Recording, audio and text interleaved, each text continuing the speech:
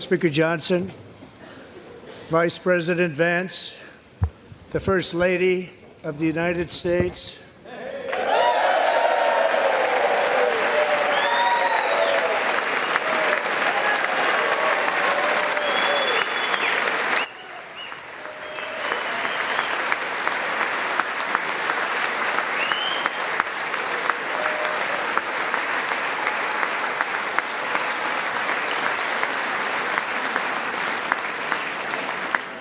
members of the United States Congress, thank you very much. And to my fellow citizens, America is back.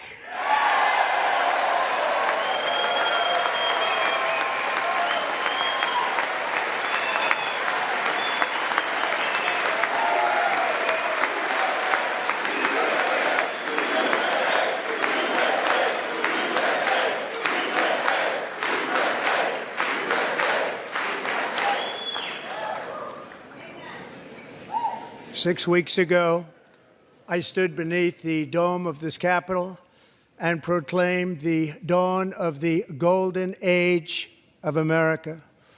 From that moment on, it has been nothing but swift and unrelenting action to usher in the greatest and most successful era in the history of our country. We have accomplished more in 43 days than most administrations accomplished in 4 years or 8 years, and we are just getting started.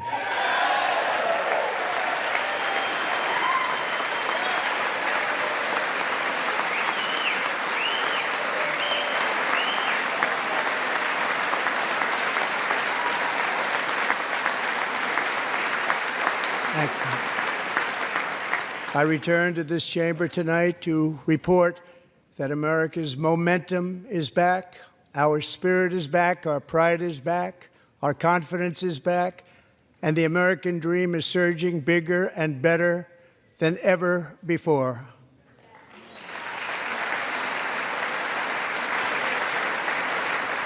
The American dream is unstoppable, and our country is on the verge of a comeback, the likes of which the world has never witnessed and perhaps will never witness again. There's never been anything like it. The presidential election of November 5th was a mandate like has not been seen in many decades. We won all 7 swing states, giving us an electoral college victory of 312 votes.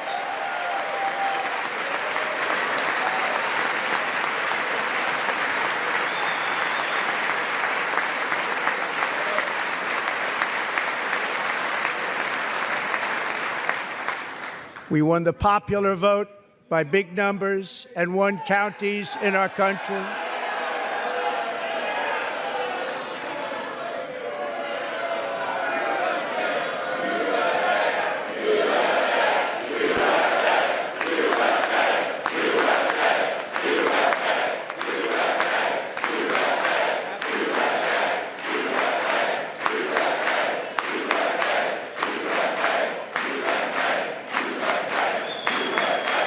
And won counties in our country, 2,700 to 525, on a map that reads almost completely red for Republican.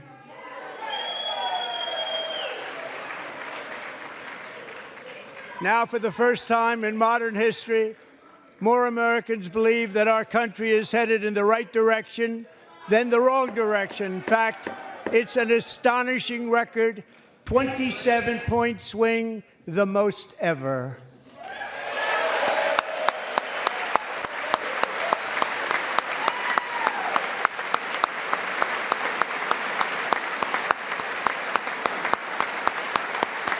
Likewise, small business optimism saw its single largest one-month gain ever recorded, Mr. President. A 41-point jump.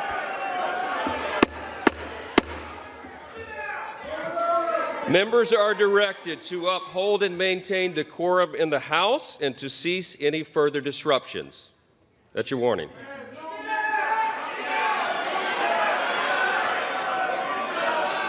Members are engaging in willful and continuing breach of decorum, and the chair is prepared to direct the Sergeant-at-Arms to restore order to the joint session.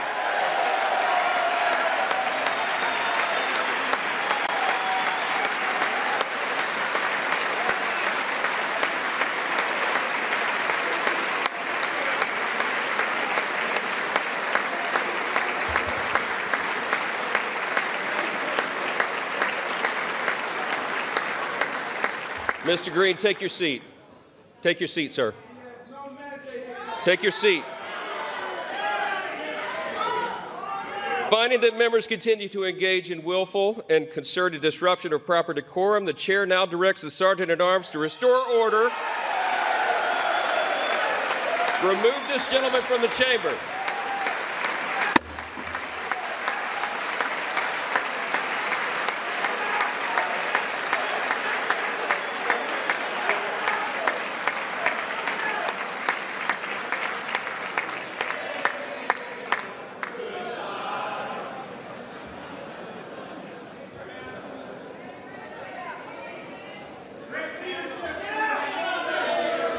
Go.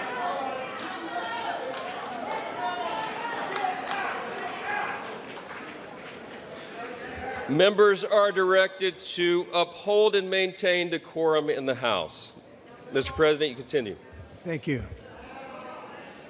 Over the past 6 weeks, I have signed nearly 100 executive orders and taken more than 400 executive actions, a record to restore common sense, safety, optimism, and wealth all across our wonderful land.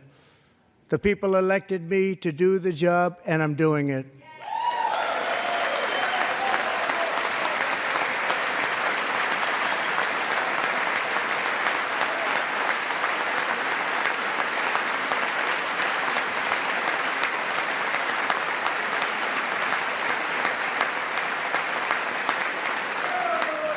In fact, it has been stated by many that the first month of our presidency, it's our presidency, is the most successful in the history of our nation. By many.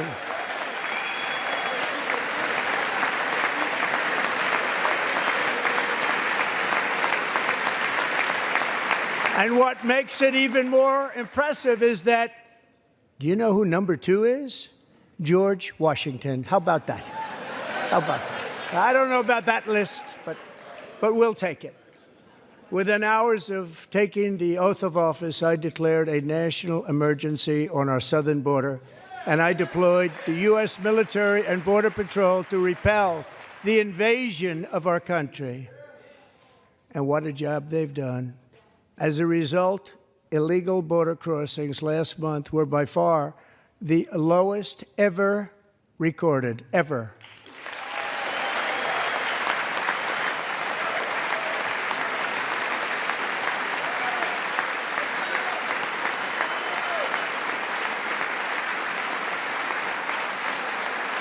They heard my words and they chose not to come. Much easier that way. In comparison, under Joe Biden, the worst president in American history, there were hundreds of thousands of illegal crossings a month, and virtually all of them, including murderers, drug dealers, gang members, and people from mental institutions and insane asylums, were released into our country. Who would want to do that? This is my 5th such speech to Congress. And once again, I look at the Democrats in front of me, and I realize there is absolutely nothing I can say to make them happy or to make them stand or smile or applaud. Nothing I can do. I could find a cure to the most devastating disease, a disease that would wipe out entire nations, or announce the answers to the greatest economy in history, or the stoppage of crime to the lowest levels ever recorded. And these people sitting right here will not clap, will not stand, and certainly will not cheer for these astronomical achievements. They won't do it, no matter what. Five times I've been up here. It's very sad, and it just shouldn't be this way.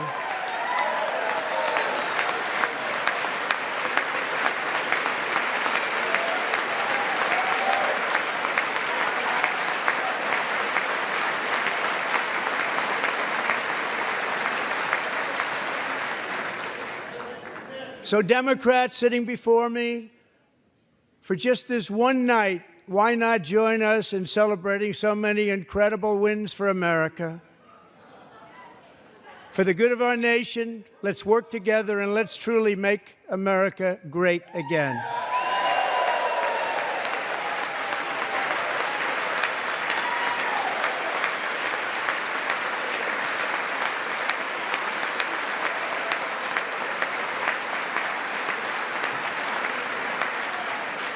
Every day, my administration is fighting to deliver the change America needs to bring a future that America deserves, and we're doing it.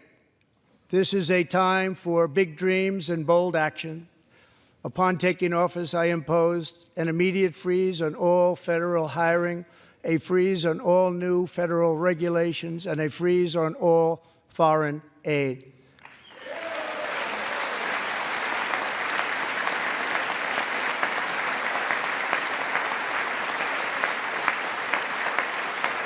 I terminated the ridiculous Green New scam. I withdrew from the unfair Paris Climate Accord, which was costing us trillions of dollars that other countries were not paying. I withdrew from the corrupt World Health Organization.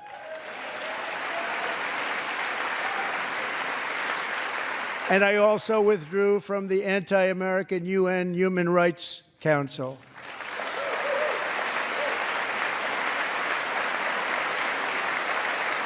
We ended all of Biden's environmental restrictions that were making our country far less safe and totally unaffordable. And importantly, we ended the last administration's insane electric vehicle mandate, saving our auto workers and companies from economic destruction.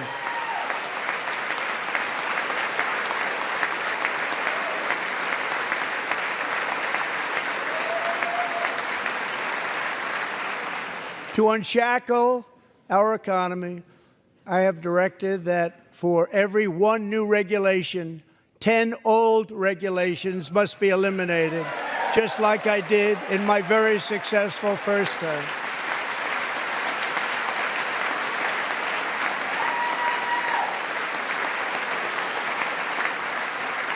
And in that first term, we set records on ending unnecessary rules and regulations like no other president had done before.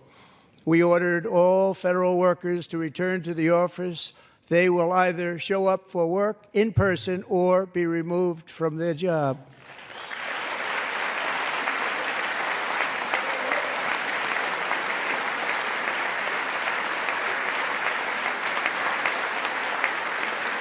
And we have ended weaponized government where, as an example, a sitting president is allowed to viciously prosecute his political opponent, like me.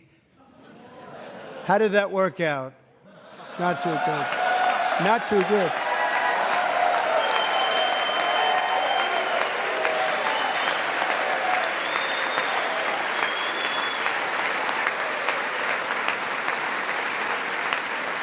And I have stopped all government censorship and brought back free speech in America. It's back.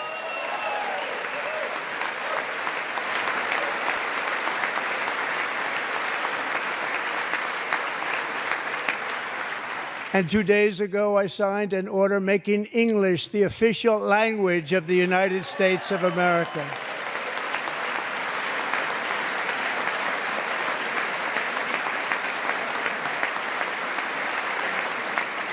I renamed the Gulf of Mexico the Gulf of America.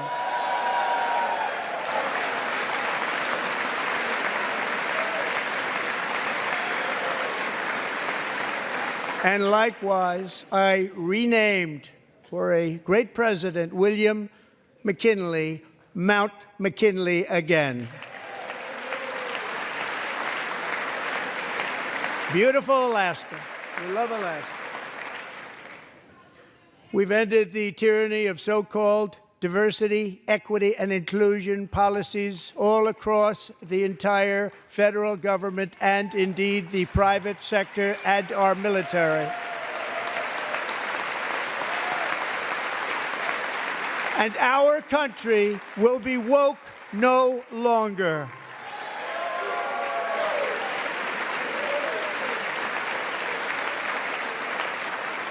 We believe that whether you are a doctor, an accountant, a lawyer, or an air traffic controller, you should be hired and promoted based on skill and competence, not race or gender.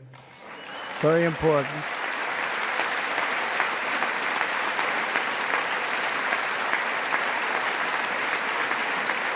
You should be hired based on merit. And the Supreme Court, in a brave and very powerful decision, has allowed us to do so. Thank you. Thank you very much. Thank you. We have removed the poison of critical race theory from our public schools, and I signed an order making it the official policy of the United States government that there are only two genders, male and female.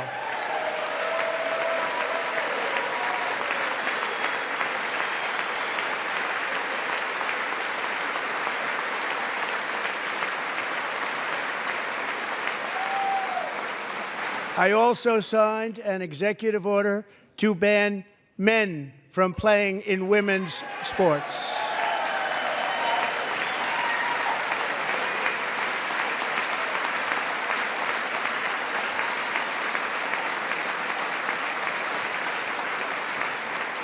Three years ago, Peyton McNabb was an all-star high school athlete, one of the best, preparing for a future in college sports. But when her girls' volleyball match was invaded by a male, he smashed the ball so hard in Peyton's face, causing traumatic brain injury, partially paralyzing her right side and ending her athletic career. It was a shot like she's never seen before. She's never seen anything like it. Peyton is here tonight in the gallery, and Peyton, from now on, schools will kick the men off the girls' team, or they will lose all federal funding.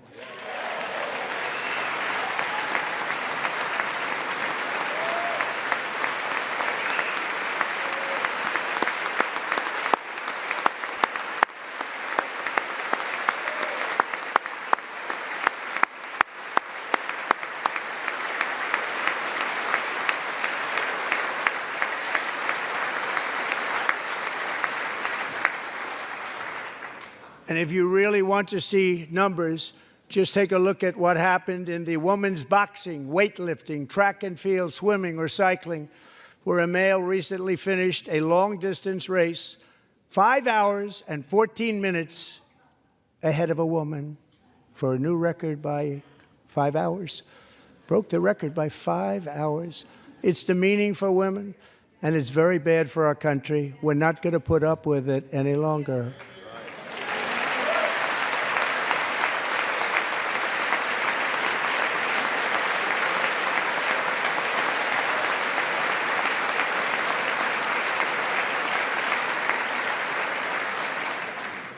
What I have just described is only a small fraction of the common sense revolution that is now, because of us, sweeping the entire world. Common sense has become a common theme, and we will never go back. Never. Never going to let that happen. Among my very highest priorities is to rescue our economy and get dramatic and immediate relief to working families.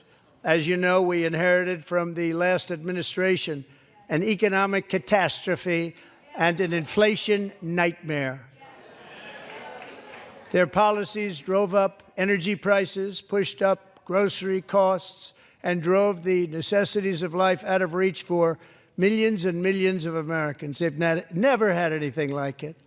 We suffered the worst inflation in 48 years, but perhaps even in the history of our country. They're not sure.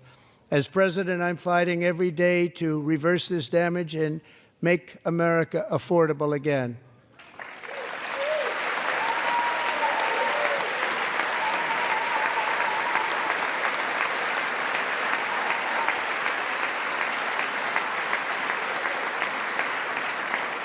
Joe Biden especially let the price of eggs get out of control.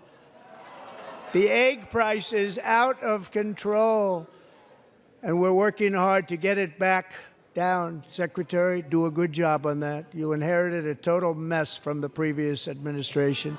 Do a good job.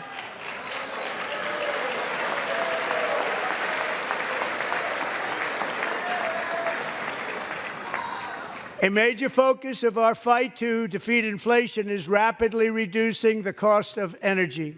The previous administration cut the number of new oil and gas leases by 95%, slowed pipeline construction to a halt, and closed more than 100 power plants. We are opening up many of those power plants right now.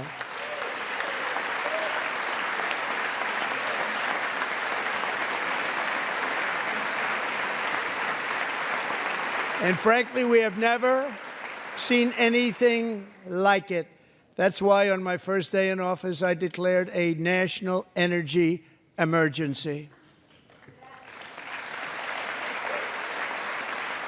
As you've heard me say many times, we have more liquid gold under our feet than any nation on earth, and by far.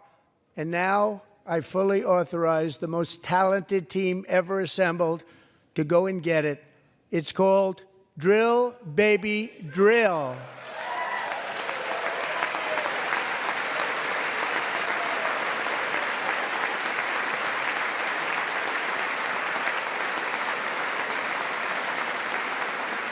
My administration is also working on a gigantic natural gas pipeline in Alaska, among the largest in the world, where Japan, South Korea, and other nations want to be our partner with investments of trillions of dollars each. There's never been anything like that one. It will be truly spectacular. It's all set to go. The permitting is gotten. And later this week, I will also take historic action to dramatically expand production of critical minerals and rare earths here in the USA.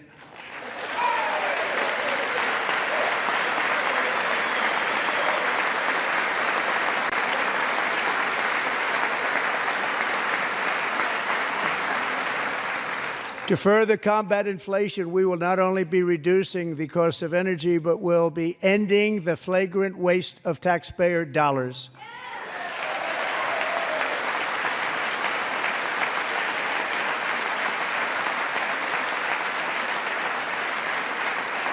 And to that end, I have created the brand new Department of Government Efficiency, DOGE.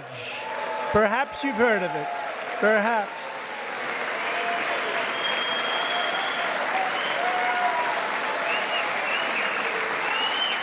Which is headed by Elon Musk, who is in the gallery tonight.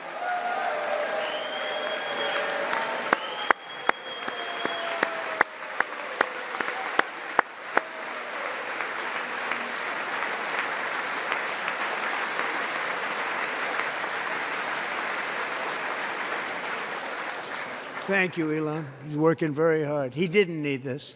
He didn't need this. Thank you very much. We appreciate it. Everybody here, even this side, appreciates it, I believe.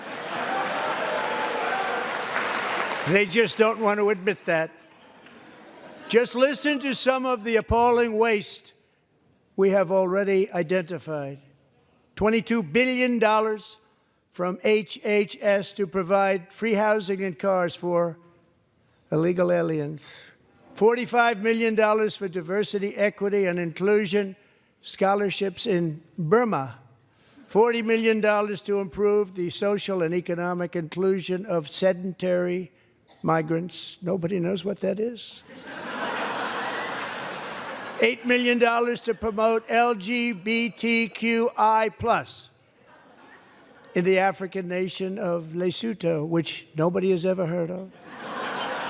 $60 million for indigenous peoples and Afro-Colombian empowerment in Central America. $60 million. $8 million for making mice transgender. This is real. $32 million for a left-wing propaganda operation in Moldova. $10 million for male circumcision in Mozambique. $20 million for the Arab Sesame Street in the Middle East. It's a program, $20 million for a program.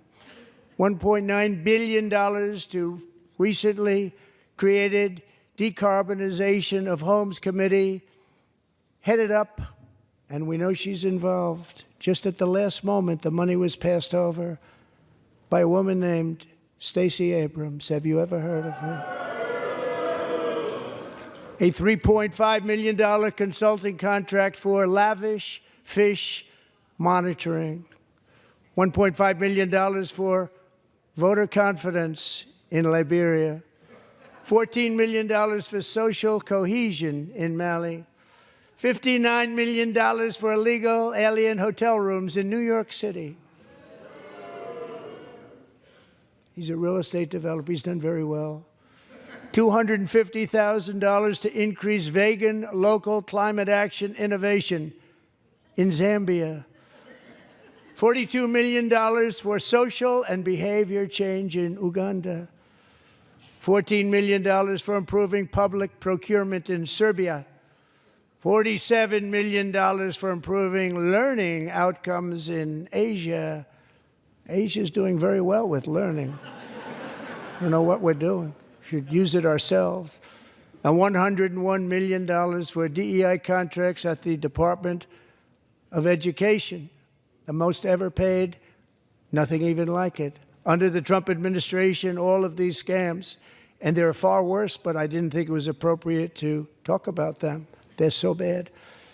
Many more have been found out and exposed and swiftly terminated by a group of very intelligent, mostly young people, headed up by Elon, and we appreciate it. We found hundreds of billions of dollars of fraud.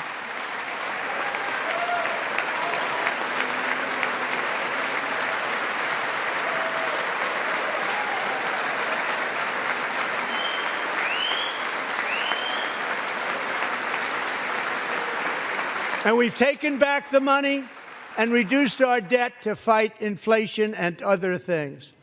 Taken back a lot of that money. We got it just in time. This is just the beginning. The Government Accountability Office, a federal government office, has estimated annual fraud of over $500 billion in our nation, and we are working very hard to stop it. We're going to. We're also identifying shocking levels of incompetence and probable fraud in the Social Security program for our seniors, and that our seniors and people that we love rely on. Believe it or not, government databases list 4.7 million Social Security members from people aged 100 to 109 years old. It lists 3.6 million people from ages 110 to 119. I don't know any of them. I know some people that are rather elderly, but not quite that elderly. 3.47 million people from ages 120 to 129. 3.9 million people from ages 130 to 139. 3.5 million people from ages 140 to 149. And money is being paid to many of them, and we're searching right now. In fact, Pam, good luck. Good luck. You're going to find it. But a lot of money is paid out to people because it just keeps getting paid, and nobody does, and it really hurts Social Security and hurts our country. 1.3 million people from ages 150 to 159, and over 130,000 people, according to the Social Security databases, are age over 160 years old. We have a healthier country than I thought, Bobby.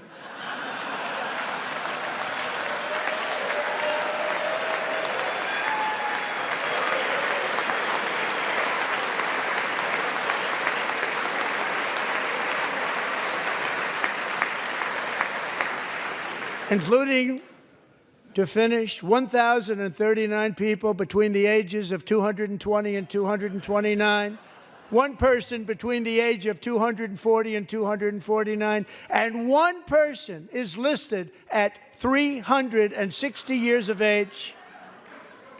More than 100 years older than our country. But we're going to find out where that money's going, and it's not going to be pretty. By slashing all of the fraud, waste, and theft we can find, we will defeat inflation, bring down mortgage rates, lower car payments and grocery prices, protect our seniors, and put more money in the pockets of American families.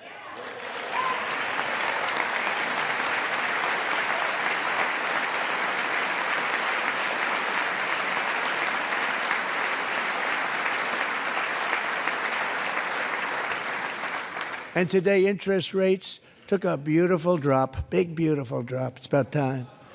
And in the near future, I want to do what has not been done in 24 years, balance the federal budget. We're going to balance it.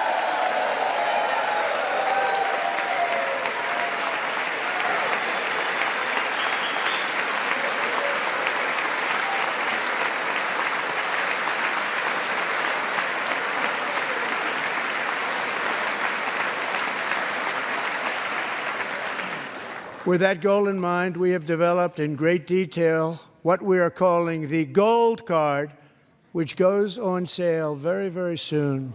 For $5 million, we will allow the most successful job-creating people from all over the world to buy a path to U.S. citizenship. It's like the green card, but better and more sophisticated. And these people will have to pay tax in our country. They won't have to pay tax from where they came. The money that they've made, you wouldn't want to do that, but they have to pay tax, create jobs. They'll also be taking people out of colleges and paying for them so that we can keep them in our country instead of having them being forced out. Number one, at the top school, as an example, being forced out and not being allowed to stay and create tremendous numbers of jobs and great success for a company out there. So while we take out the criminals, killers, traffickers, and child predators who are allowed to enter our country under the open border policy of these people, the Democrats, the Biden administration, the open border insane policies that you've allowed to destroy our country, we will now bring in brilliant, hardworking, job-creating people. They're going to pay a lot of money, and we're going to reduce our debt with that money.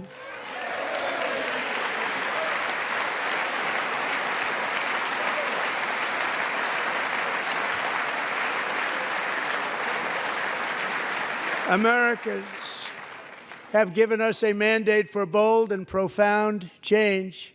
For nearly 100 years, the federal bureaucracy has grown until it has crushed our freedoms, ballooned our deficits, and held back America's potential in every possible way.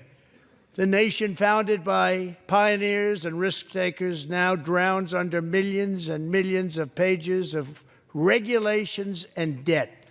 Approvals that should take 10 days to get instead take 10 years, 15 years, and even 20 years before you're rejected. Meanwhile, we have hundreds of thousands of federal workers who have not been showing up to work.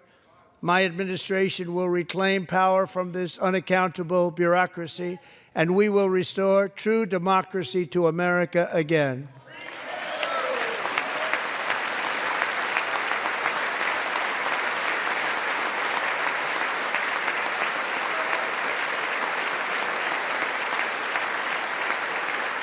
And any federal bureaucrat who resists this change will be removed from office immediately. Because we are draining the swamp. It's very simple. And the days of rule by unelected bureaucrats are over.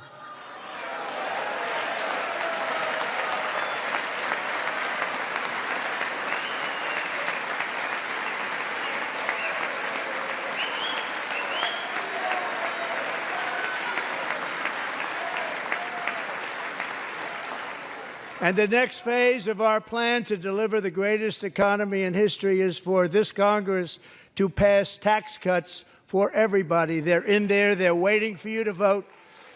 And I'm sure that the people on my right, I don't mean the Republican right, but my right here, I'm sure you're going to vote for those tax cuts, because otherwise I don't believe the people will ever vote you into office. So I'm doing you a big favor by telling you that.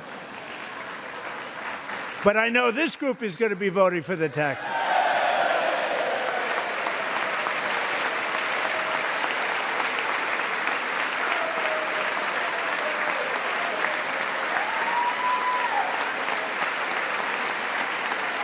Thank you.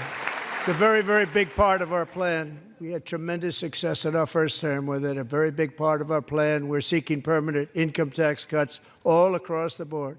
And to get urgently needed relief to Americans hit especially hard by inflation, I'm calling for no tax on tips, no tax on overtime, and no tax on Social Security benefits for our great seniors. Good luck.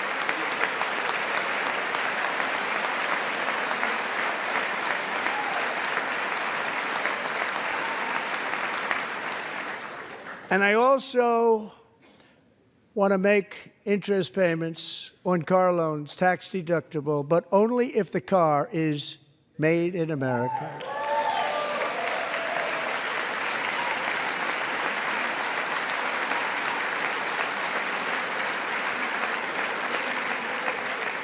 And by the way, we're going to have growth in the auto industry like nobody's ever seen. Plants are opening up all over the place. Deals are being made. Never seen. That's a combination of the election win and tariffs. It's a beautiful word, isn't it? That, along with our other policies, will allow our auto industry to absolutely boom. It's going to boom. Spoke to the majors today, all three, the top people, and they're so excited. In fact, already numerous car companies have announced that they will be building massive automobile plants in America, with Honda just announcing a new plant in Indiana, one of the largest anywhere in the world.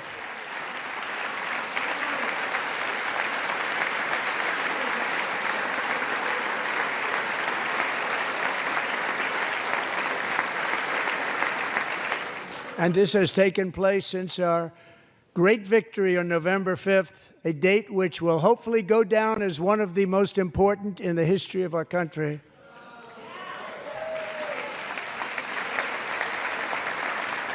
In addition, as part of our tax cuts, we want to cut taxes on domestic production and all manufacturing. And just as we did before, we will provide 100% expensing. It will be retroactive to January 20th, 2025. And it was one of the main reasons why our tax cuts were so successful in our first term, giving us the most successful economy in the history of our country, first term. We had a great first term.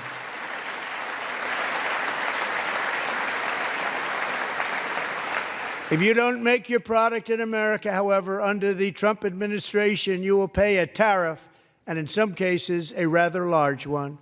Other countries have used tariffs against us for decades, and now it's our turn to start using them against those other countries. On average, the European Union, China, Brazil, India, Mexico, and Canada, have you heard of them? And countless other nations charge us tremendously higher tariffs than we charge them. It's very unfair. India charges us auto tariffs higher than 100%. China's average tariff on our products is twice what we charge them. And South Korea's average tariff is 4 times higher. Think of that, 4 times higher. And we give so much help militarily and in so many other ways to South Korea. But that's what happens. This is happening by friend and foe. This system is not fair to the United States and never was. And so on April 2nd, I wanted to make it April 1st, but I didn't want to be accused of April Fool's Day. That's not, just one day cost us a lot of money. But we're going to do it in April. I'm a very superstitious person. April 2nd, reciprocal tariffs kick in. And whatever they tariff us, other countries, we will tariff them. That's reciprocal, back and forth. Whatever they tax us, we will tax them. If they do non-monetary tariffs to keep us out of their market, then we will do non-monetary barriers to keep them out of our market. There's a lot of that, too. They don't even allow us in their market.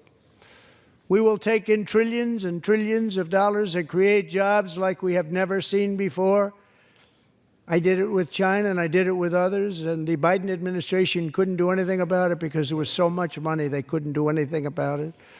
We have been ripped off for decades by nearly every country on earth, and we will not let that happen any longer.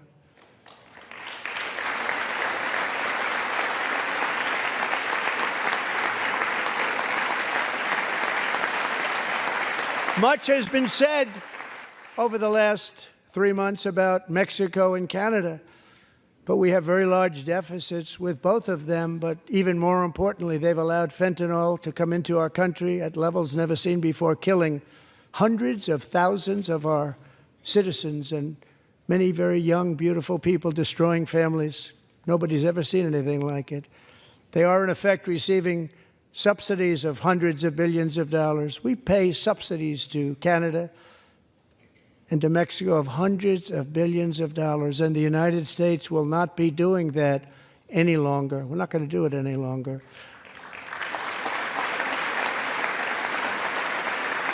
Thanks to our America First policies we're putting into place, we have had $1.7 trillion of new investment in America in just the past few weeks. The combination of the election and our economic policies that people of SoftBank, one of the most brilliant anywhere in the world, announced a $200 billion investment. OpenAI and Oracle, Larry Ellison, announced $500 billion investment, which they wouldn't have done if Kamala had won.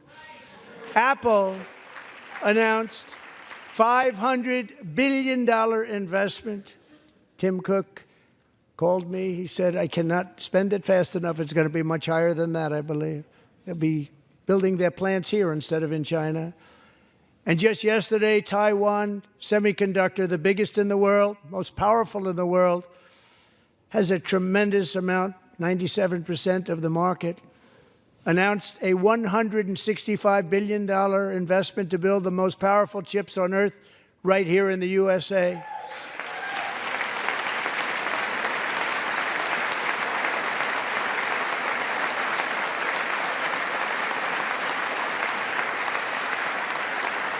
And we're not giving them any money. Your CHIPS Act is a horrible, horrible thing. We give hundreds of billions of dollars, and it doesn't mean a thing. They take our money and they don't spend it. All that meant to them, we're giving them no money. All that was important to them was they didn't want to pay the tariffs, so they came and they're building, and many other companies are coming. We don't have to give them money. We just want to protect our businesses and our people. And they will come because they won't have to pay tariffs if they build in America. So it's very amazing. You should get rid of the CHIP Act, and whatever's left over, Mr. Speaker, you should use it to reduce debt or any other reason you want to.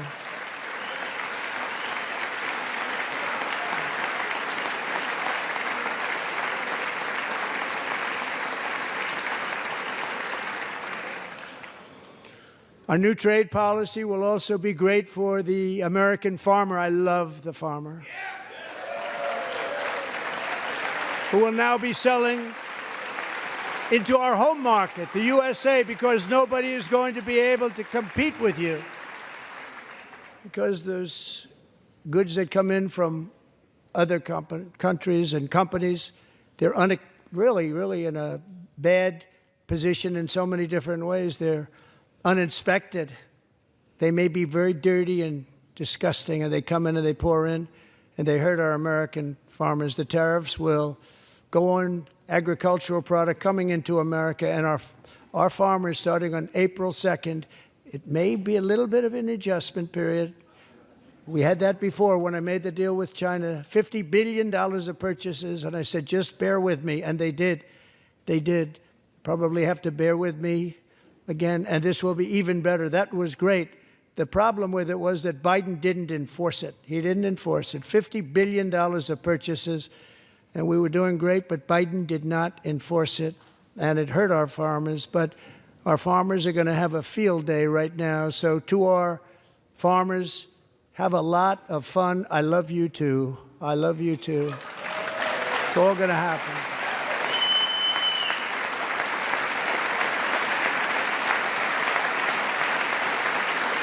And I have also imposed a 25% tariff on foreign aluminum, copper, lumber, and steel, because if we don't have, as an example, steel and lots of other things, we don't have a military, and frankly, we just won't have a country very long. Here today is a proud American steelworker, fantastic person from Decatur, Alabama, Jeff Denard. Has been working at the same steel plant for 27 years in a job that has allowed him to serve as the captain of his local volunteer fire department, raise 7 children with his beautiful wife, Nicole, and over the years provide a loving home for more than 40 foster children. So great, Jeff.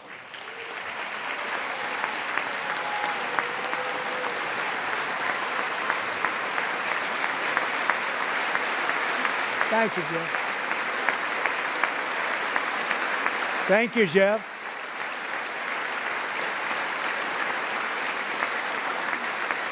Stories like Jeff's remind us that tariffs are not just about protecting American jobs. They're about protecting the soul of our country. Tariffs are about making America rich again and making America great again, and it's happening, and it will happen rather quickly. There'll be a little disturbance, but we're okay with that. It won't be much. No, you're not. Oh. And look where Biden took us, very low, the lowest we've ever been. Jeff, I want to thank you very much. And I also want to recognize another person who has devoted herself to foster care community. She works so hard on it. A very loving person, our magnificent First Lady of the United States.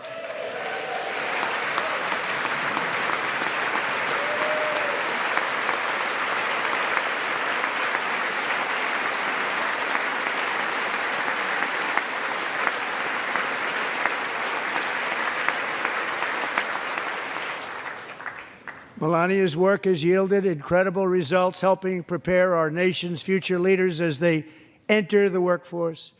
Our First Lady is joined by 2 impressive young women, very impressive. Haley Ferguson, who benefited from the First Lady's Fostering the Future initiative and is poised to complete her education and become a teacher. And Elliston Berry, who became a victim of an illicit deepfake image produced by a peer. With Elliston's help, the Senate just passed the Take It Down Act, and this is so important. Thank you very much, John. John Thune, thank you. Stand up, John. Thank you, John.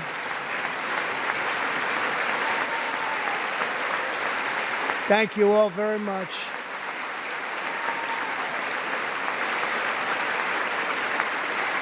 Thank you. And thank you to John Thune and the Senate. Great job. To criminalize the publication of such images online is a terrible, terrible thing. And once it passes the House, I look forward to signing that bill into law. Thank you. And I'm going to use that bill for myself, too, if you don't mind. Because nobody gets treated worse than I do online. Nobody. That's great. Thank you very much to the Senate. Thank you. But if we truly care about protecting Americans' children, no step is more crucial than securing America's borders. Over the past 4 years, 21 million people poured into the United States. Many of them were murderers, human traffickers, gang members, and other criminals from the streets of dangerous cities all throughout the world. Because of Joe Biden's insane and very dangerous open border policies, they are now strongly embedded in our country, but we are getting them out and getting them out fast.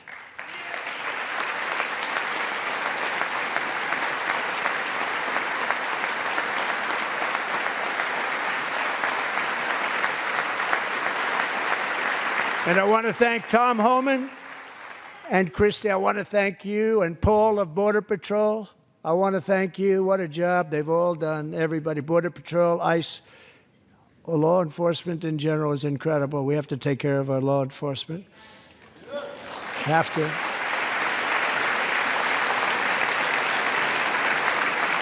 Last year,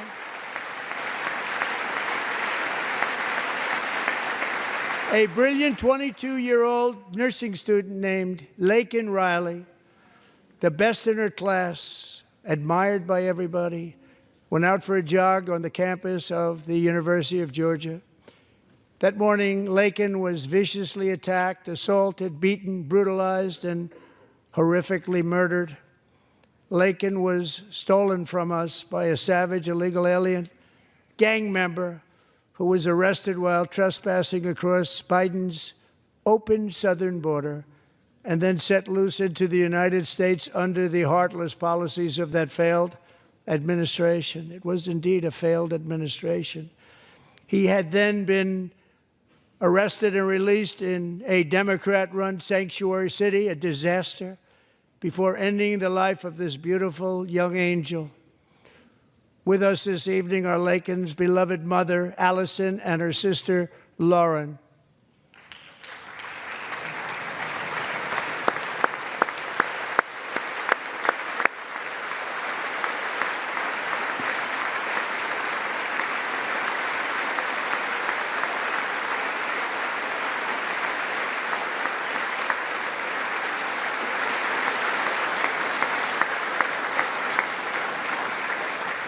Last year, I told Laken's grieving parents that we would ensure their daughter would not have died in vain.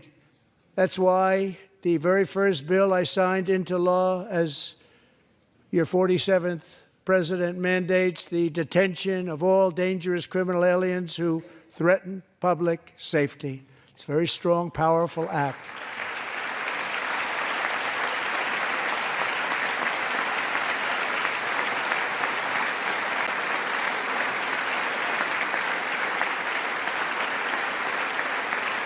It's called the Laken-Riley Act. So Allison and Lauren, America will never, ever forget our beautiful Laken Hope Riley.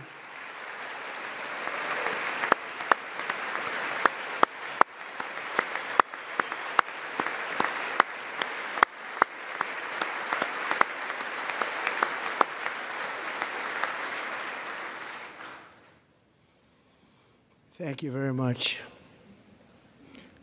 Since taking office, my administration has launched the most sweeping border and immigration crackdown in American history, and we quickly achieved the lowest numbers of illegal border crossers ever recorded. Thank you.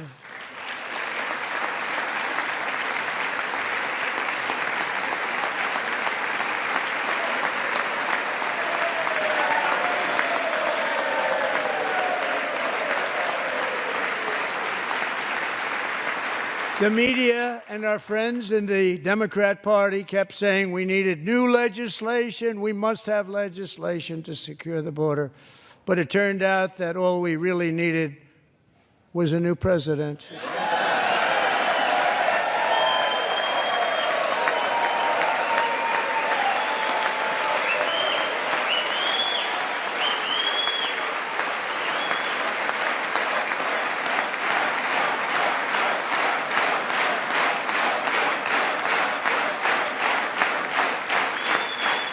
Thank you.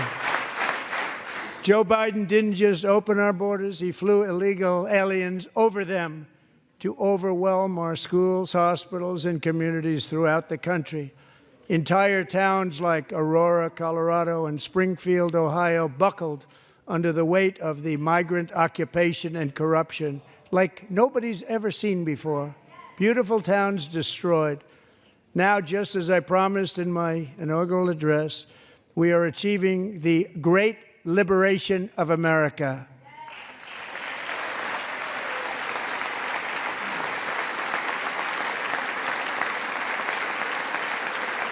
But there still is much work to be done. Here tonight is a woman I have gotten to know Alexis Nungary from Houston. Wonderful woman. Last June, Alexis's 12-year-old daughter, her precious Jocelyn, walked to a nearby convenience store. She was kidnapped, tied up, assaulted for 2 hours under a bridge, and horrifically murdered.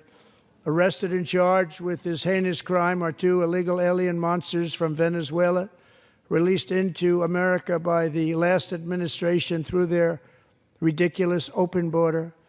The death of this beautiful 12-year-old girl and the agony of her mother and family touched our entire nation greatly. Alexis, I promised that we would always remember your daughter, your magnificent daughter, and earlier tonight I signed an order keeping my word to you. One thing I have learned about Jocelyn is that she loved animals so much. She loved nature. Across Galveston Bay, from where Jocelyn lived in Houston, you will find a magnificent national wildlife refuge, a pristine, peaceful, 34,000-acre sanctuary for all of God's creatures on the edge of the Gulf of America.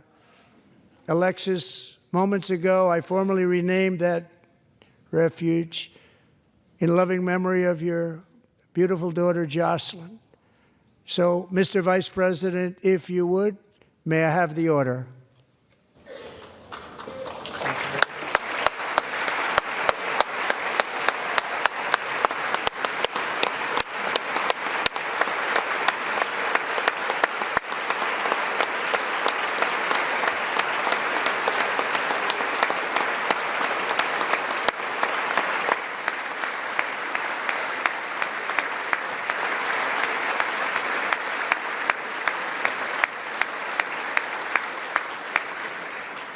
Thank you very much.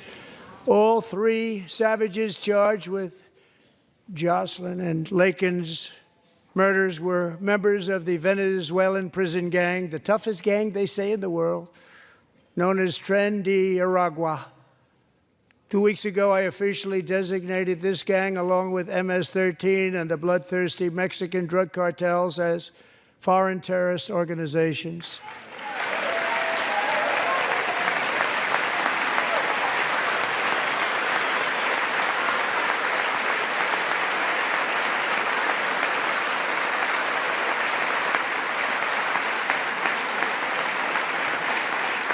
They are now officially in the same category as ISIS, and that's not good for them.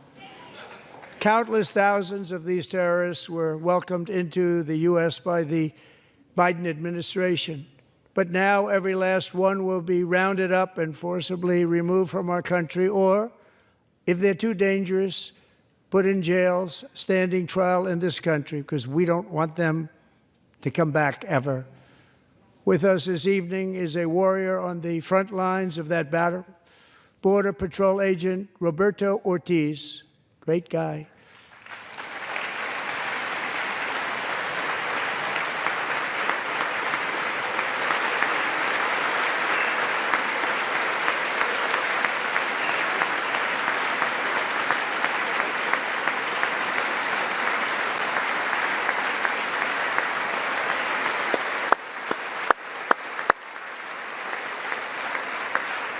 In January, Roberto and another agent were patrolling by the Rio Grande near an area known as Cartel Island. Doesn't sound too nice to me. When heavily armed gunmen started shooting at them, Roberto saw that his partner was totally exposed, at great danger, and he leapt into action, returning fire and providing crucial seconds for his fellow agent to seek safety, just barely. I have some of the prints of that event, and it was not good. Agent Ortiz, we salute you for your great courage and for your line of fire that you took and for the bravery that you showed. We honor you, and we will always honor you. Thank you, Roberto, very much.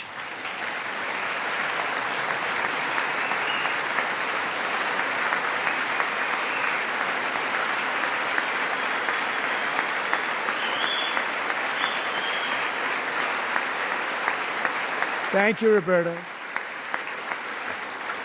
And I actually got to know him on my many calls to the border. He's a great gentleman. The territory to the immediate south of our border is now dominated entirely by criminal cartels that murder, rape, torture, and exercise total control. They have total control over a whole nation, posing a grave threat to our national security. The cartels are waging war on America, and it's time for America to wage war on the cartels, which we are doing.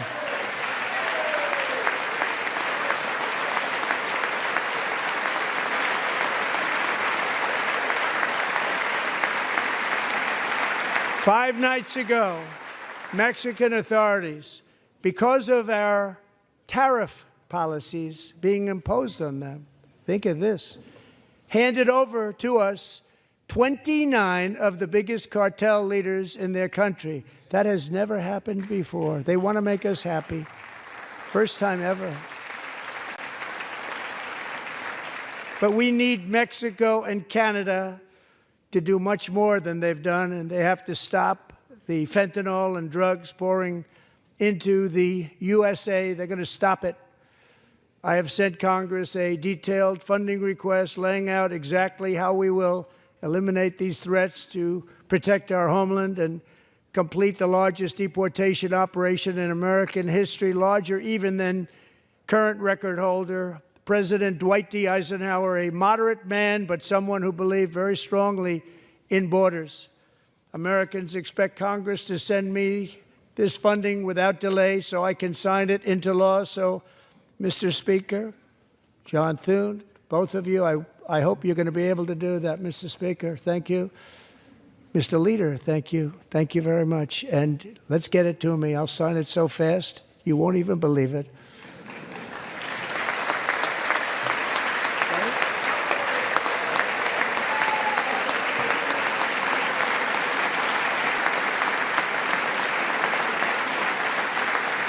And as we reclaim our sovereignty, we must also bring back law and order to our cities and towns.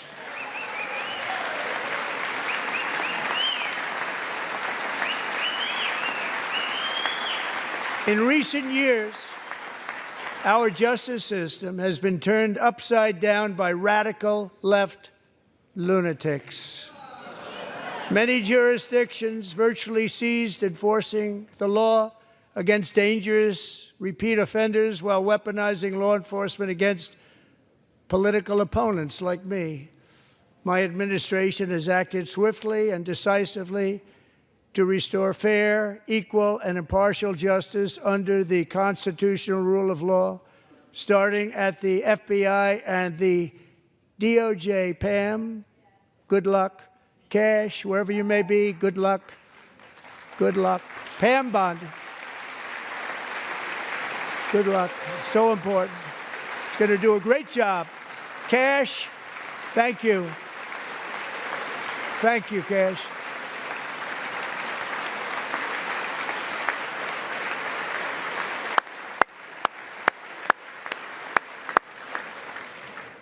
They've already started very strong. They're going to do a fantastic job. You're going to be very proud of them. We're also once again giving our police officers the support, protection, and respect they so dearly deserve. They have to get it. They have such a hard, dangerous job, but we're going to make it less dangerous. The problem is the bad guys don't respect the law, but they're starting to respect it, and they soon will respect it. This also includes our great fire departments throughout the country. Our firemen and women are unbelievable people, and I will never forget them. And besides that, they voted for me in record numbers, so I have no choice.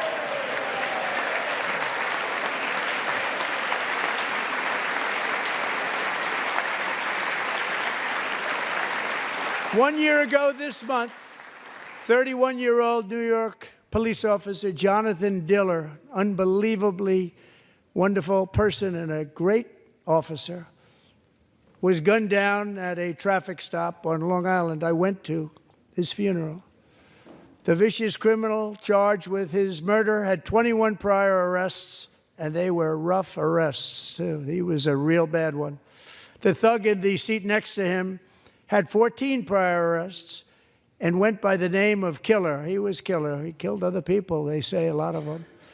I attended Officer Diller's service, and when I met his wife and one-year-old son, Ryan, it was very inspirational, actually. His widow's name is Stephanie, and she is here tonight. Stephanie, thank you very much, Stephanie. Thank you very much.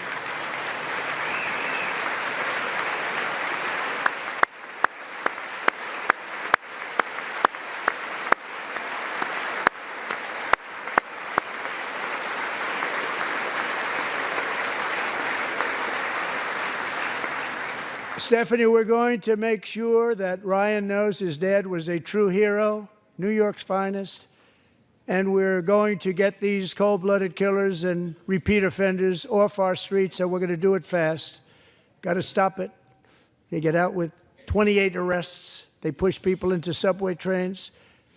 They hit people over the head, back of the head with baseball bats. We got to get them out of here. I've already signed an executive order requiring a mandatory death penalty for anyone who murders a police officer, and tonight I'm asking Congress to pass that policy into permanent law.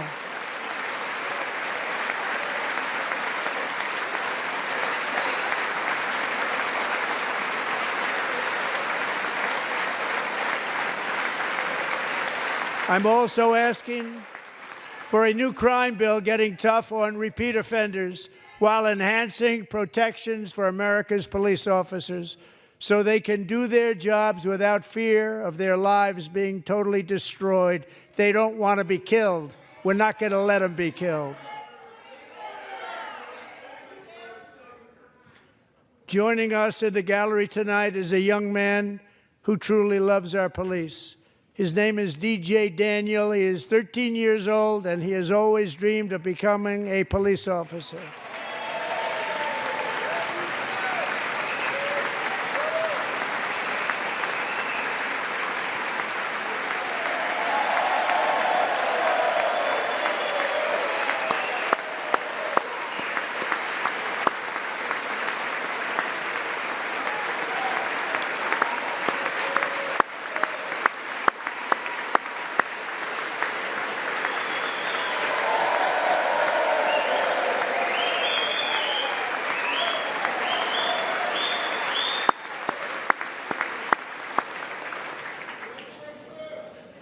But in 2018, DJ was diagnosed with brain cancer.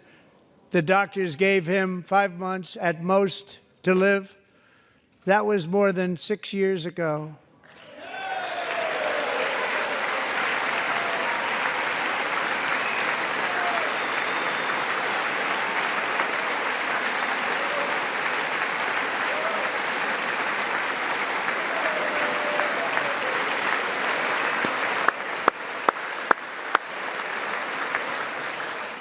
Since that time, DJ and his dad have been on a quest to make his dream come true, and DJ has been sworn in as an honorary law enforcement officer, actually a number of times. The police love him, the police departments love him. And tonight, DJ, we're going to do you the biggest honor of them all. I am asking our new Secret Service Director, Sean Curran, to officially make you an agent of the United States Secret Service.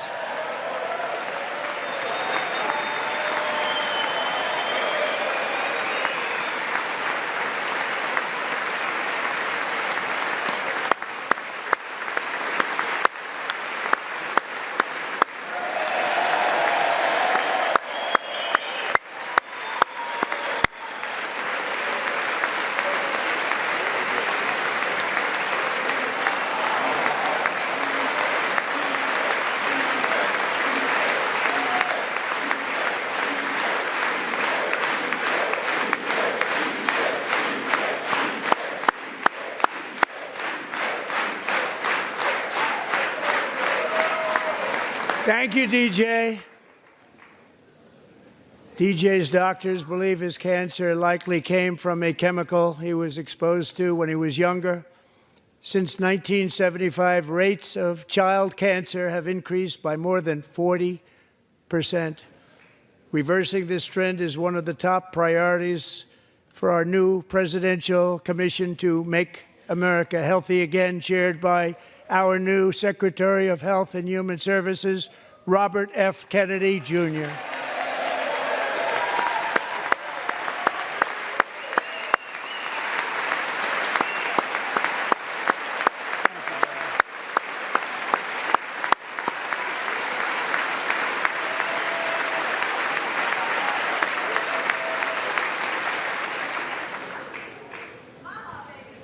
With the name Kennedy, you would have thought everybody over here would have been cheering. How quickly they forget. Our goal is to get toxins out of our environment, poisons out of our food supply, and keep our children healthy and strong.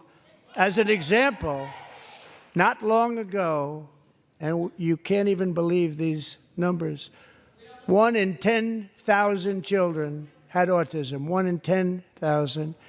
And now it's 1 in 36. There's something wrong. 1 in 36. Think of that. So we're going to find out what it is, and there's nobody better than Bobby and all of the people that are working with you. You have the best to figure out what is going on. Okay, Bobby? Good luck. It's a very important job. Thank you. Go get him.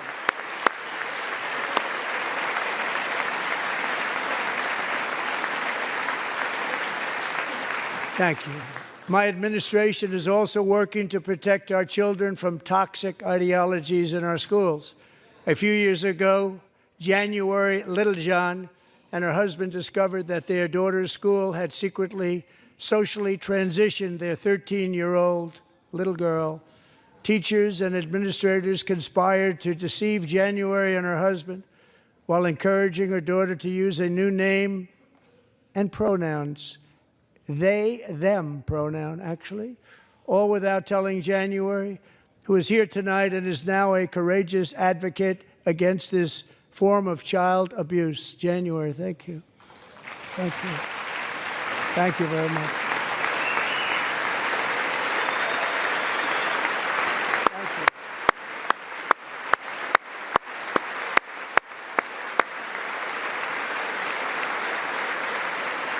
Thank you. Thank you.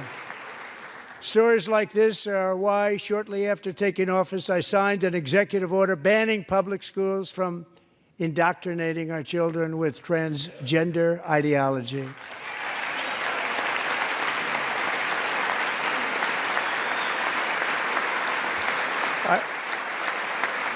I also signed an order to cut off all taxpayer funding to any institution that engages in the sexual mutilation of our youth.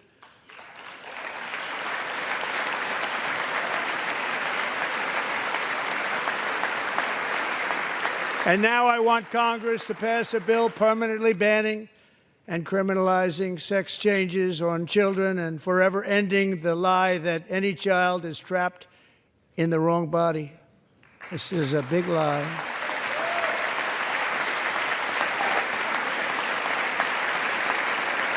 And our message to every child in America is that you are perfect exactly the way God made you.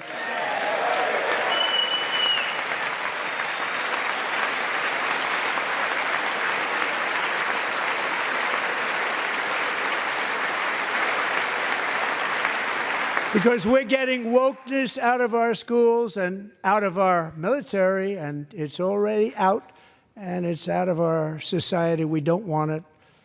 Wokeness is trouble. Wokeness is bad. It's gone. It's gone. And we feel so much better for it, don't we? Don't we feel better? Our service members won't be activists and ideologues. They will be fighters and warriors. They will fight for our country. And Pete, congratulations. Secretary of Defense, congratulations.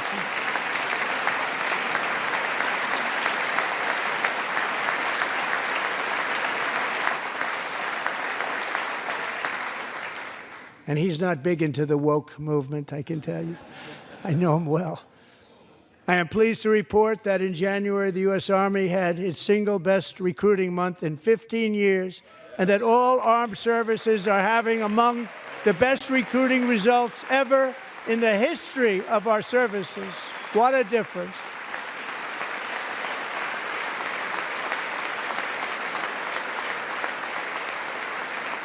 And you know, it was just a few months ago where the results were exactly the opposite. We couldn't recruit anywhere. We couldn't recruit. Now we're having the best results just about that we've ever had. What a tremendous turnaround. It's really a beautiful thing to see.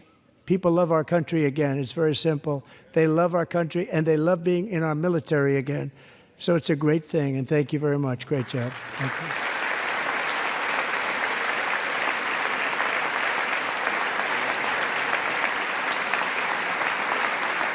We're joined tonight by a young man, Jason Hartley, who knows the weight of that call of duty. Jason's father, grandfather, and great-grandfather all wore the uniform. Jason tragically lost his dad, who was also a Los Angeles County Sheriff's deputy when he was just a boy, and now he wants to carry on the family legacy of service.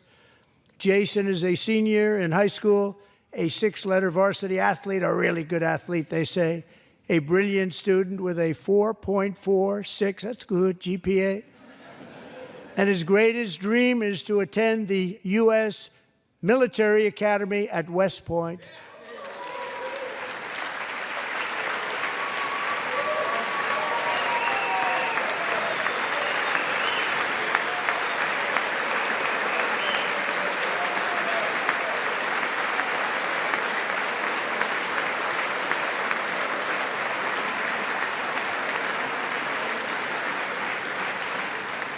And Jason, that's a very big deal getting in. That's a hard one to get into. But I'm pleased to inform you that your application has been accepted.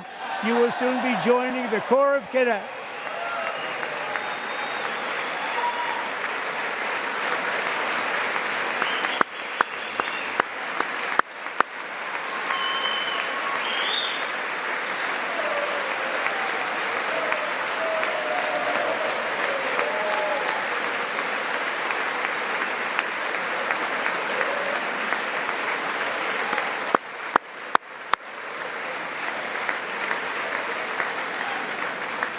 Thank you.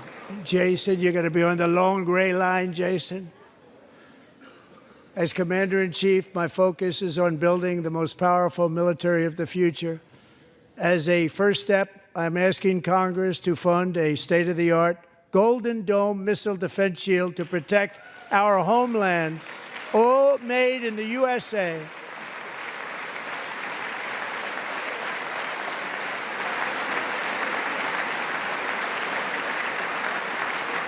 And Ronald Reagan wanted to do it long ago, but the technology just wasn't there, not even close. But now we have the technology. It's incredible, actually. And other places, they have it. Israel has it. Other places have it. And the United States should have it too, right, Tim, right? They should have it too. So I want to thank you. But it's a very, very important. This is a very dangerous world. We should have it. We want to be protected, and we're going to protect our citizens like never before. To boost our defense industrial base, we are also going to resurrect the American shipbuilding industry, including commercial shipbuilding and military shipbuilding.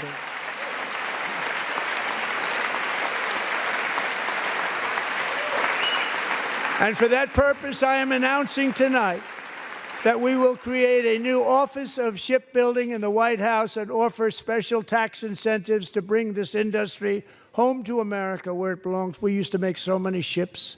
We don't make them anymore very much, but we're going to make them very fast, very soon.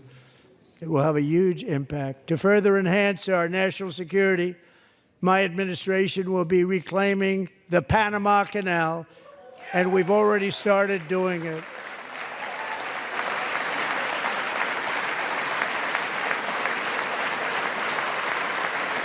Just today, a large American company announced they are buying both ports around the Panama Canal and lots of other things having to do with the Panama Canal and a couple of other canals.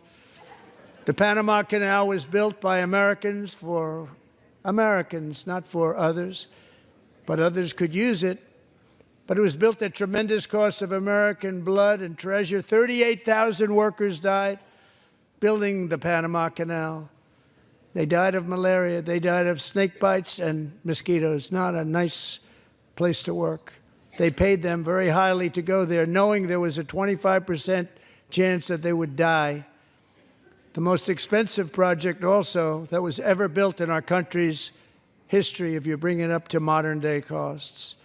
It was given away by the Carter administration for $1, but that agreement has been violated very severely. We didn't give it to China. We gave it to Panama, and we're taking it back.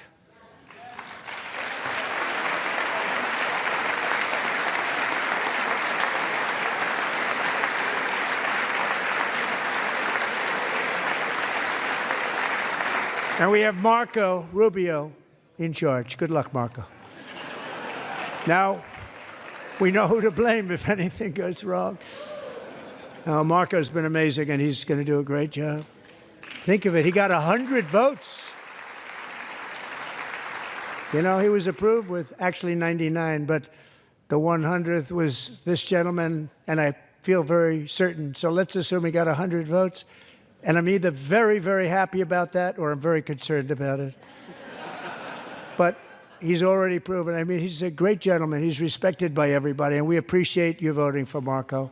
He's going to do a fantastic job. Thank you. Thank you. He's doing a great job. Great job. And I also have a message tonight for the incredible people of Greenland. We strongly support your right to determine your own future.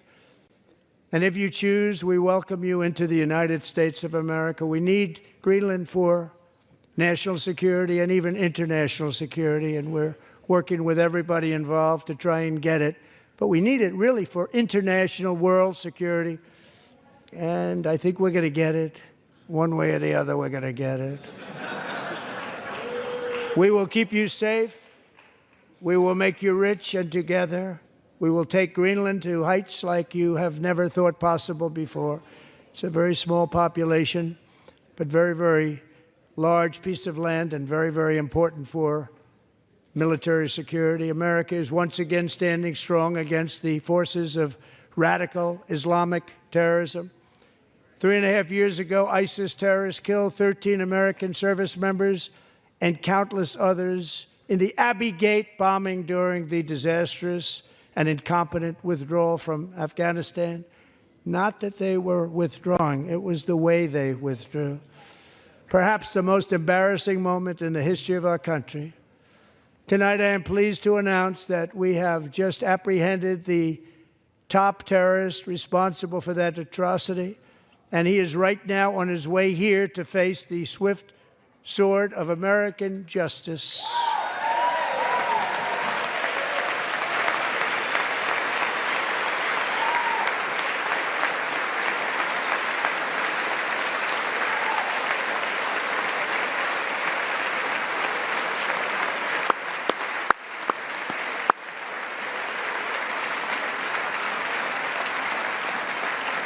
And I want to thank especially the government of Pakistan for helping arrest this monster. This was a very momentous day for those 13 families who I actually got to know very well, most of them, whose children were murdered, and the many people that were so badly, over 42 people, so badly injured on that fateful day in Afghanistan. What a horrible day. Such incompetence was shown that when Putin saw what happened, I guess he said, wow, maybe this is my chance. That's how bad it was. Should have never happened. Grossly incompetent people. I spoke to many of the parents and loved ones, and they're all in our hearts tonight.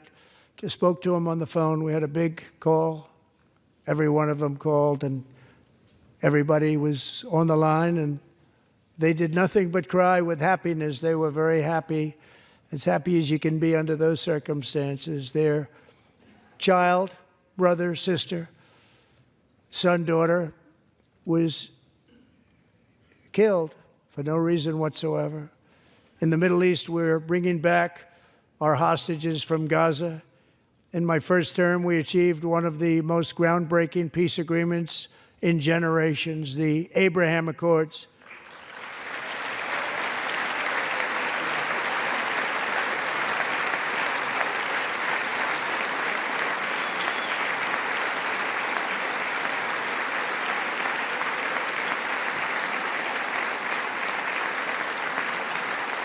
And now we're going to build on that foundation to create a more peaceful and prosperous future for the entire region. A lot of things are happening in the Middle East. People have been talking about that so much lately with everything going on with Ukraine and Russia. But a lot of things are happening in the Middle East. It's a rough neighborhood, actually. I'm also working tirelessly to end the savage conflict in Ukraine. Millions of Ukrainians and Russians have been needlessly killed or wounded in this horrific and brutal conflict with no end in sight. The United States has sent hundreds of billions of dollars to support Ukraine's defense with no security, with no anything.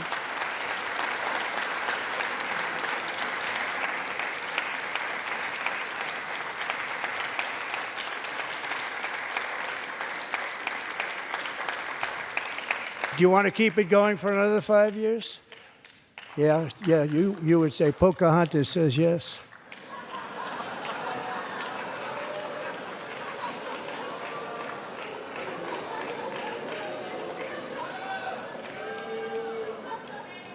$2,000 people are being killed every single week. More than that. They're Russian young people. They're Ukrainian young people. They're not Americans. But I want it to stop.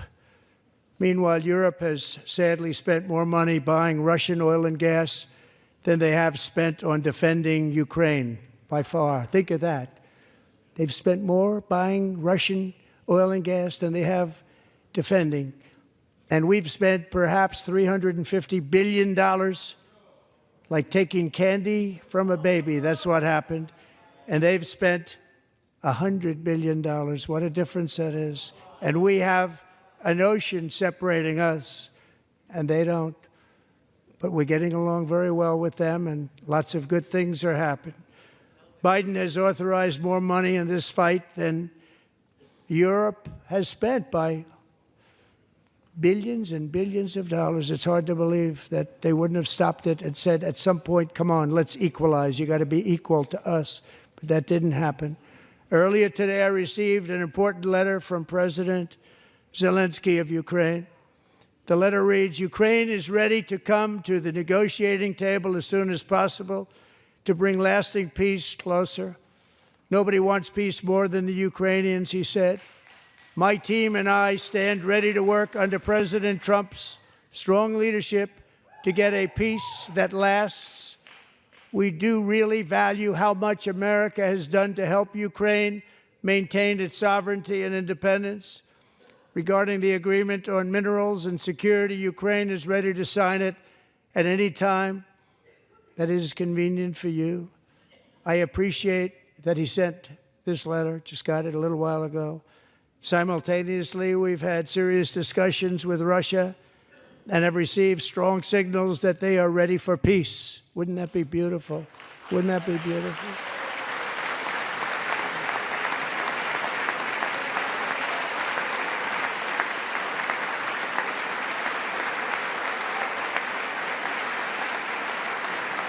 Wouldn't that be beautiful?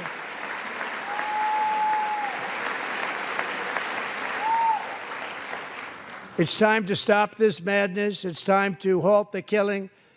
It's time to end this senseless war. If you want to end wars, you have to talk to both sides. Nearly 4 years ago, amid rising tensions, a history teacher named Mark Fogel was detained in Russia and sentenced to 14 years in a penal colony. Rough stuff. The previous administration barely lifted a finger to help him. They knew he was innocent, but they had no idea where to begin. But last summer, I promised his 95-year-old mother, Malphine, that we would bring her boy safely back home. After 22 days in office, I did just that, and they are here tonight.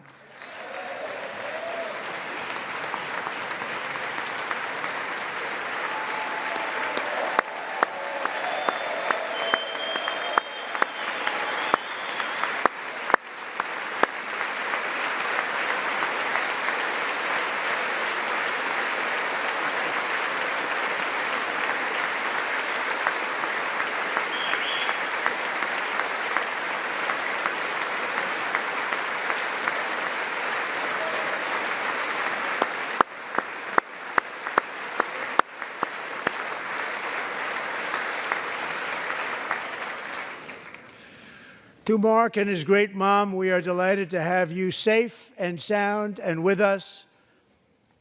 As fate would have it, Mark Fogel was born in a small rural town in Butler, Pennsylvania. Have you heard of it? Where his mother has lived for the past 78 years.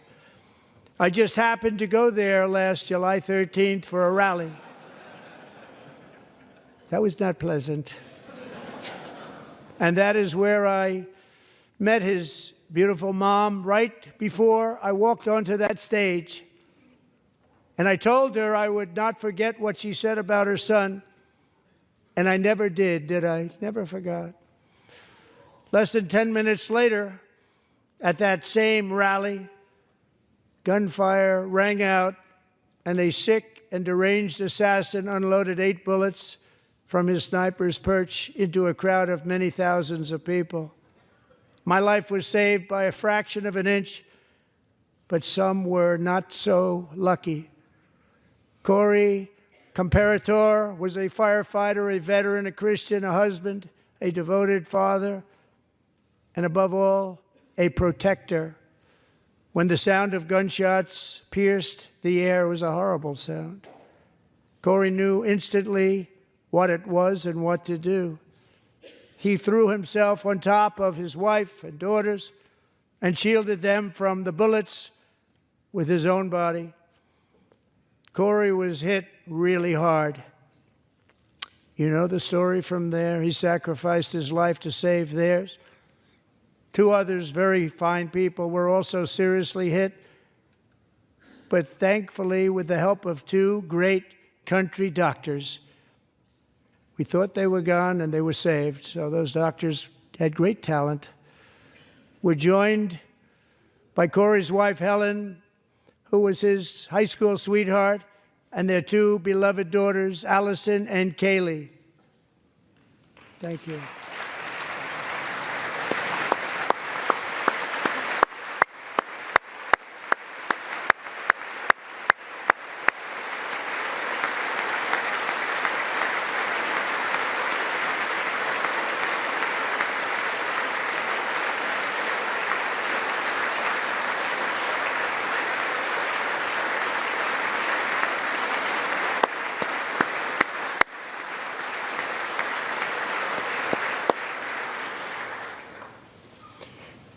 To Helen, Allison, and Kaylee, Corey is looking down on his 3 beautiful ladies right now, and he is cheering you on. He loves you.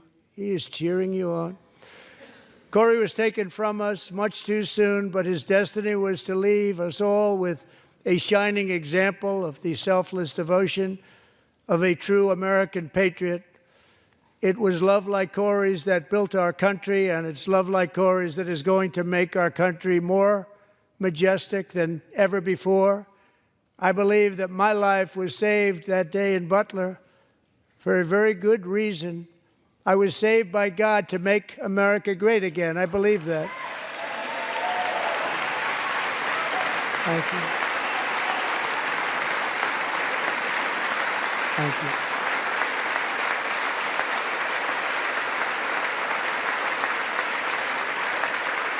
Thank you.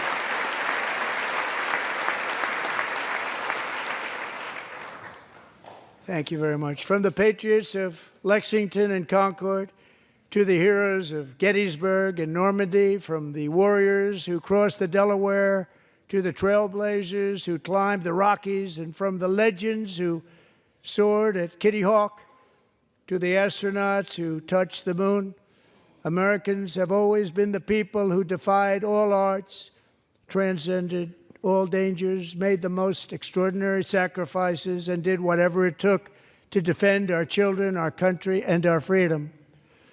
And as we have seen in this chamber tonight, that same strength, faith, love, and spirit is still alive and thriving in the hearts of the American people. Despite the best efforts of those who would try to censor us, silence us, break us, destroy us, Americans are today a proud, free, sovereign, and independent nation that will always be free, and we will fight for it till death. We will never let anything happen to our beloved country, because we are a country of doers, dreamers, fighters, and survivors. Our ancestors crossed a vast ocean, strode into the unknown wilderness, and carved their fortunes from the rock and soil of a perilous and very dangerous frontier. They chased our destiny across a boundless continent. They built the railroads, laid the highways, and graced the world with American marvels like the Empire State Building, the mighty Hoover Dam, and the towering Golden Gate Bridge. They lit the world with electricity, broke free of the force of gravity, fired up the engines of American industry, vanquished the communists, fascists, and Marxists all over the world, and gave us countless modern wonders sculptured out of iron, glass, and steel. We stand on the shoulders of these pioneers who won and built the modern age, these workers who poured their sweat into the skylines of our cities, these warriors who shed their blood on fields of battle and gave everything they had for our rights and for our freedom. Now it is our time to take up the righteous cause of American liberty, and it is our turn to take America's destiny into our own hands and begin the most thrilling days in the history of our country. This will be our greatest era. With God's help, over the next 4 years, we are going to lead this nation even higher, and we are going to forge the freest, most advanced, most dynamic, and most dominant civilization ever to exist on the face of this earth. We are going to create the highest quality of life, build the safest and wealthiest and healthiest and most vital communities anywhere in the world. We are going to conquer the vast frontiers of science, and we are going to lead humanity into space and plant the American flag on the planet Mars and even far beyond.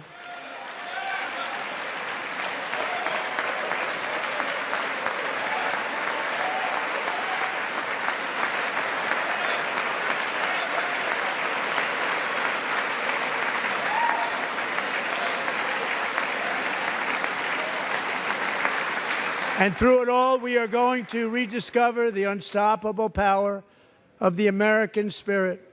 And we are going to renew unlimited promise of the American dream. Every single day, we will stand up and we will fight, fight, fight for the country our citizens believe in and for the country our people deserve.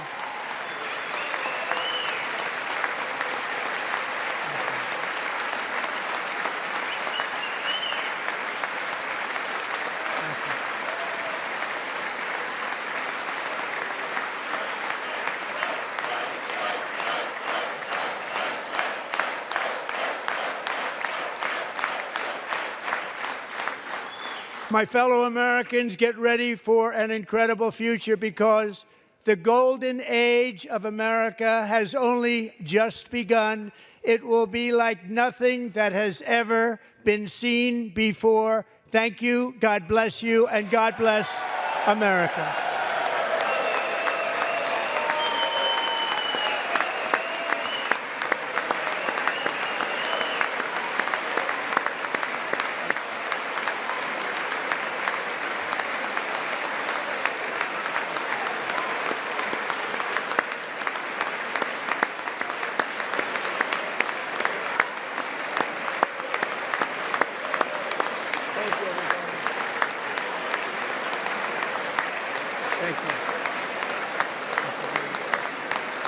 Thank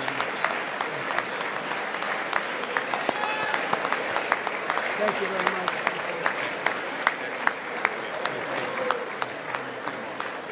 Thank you very much.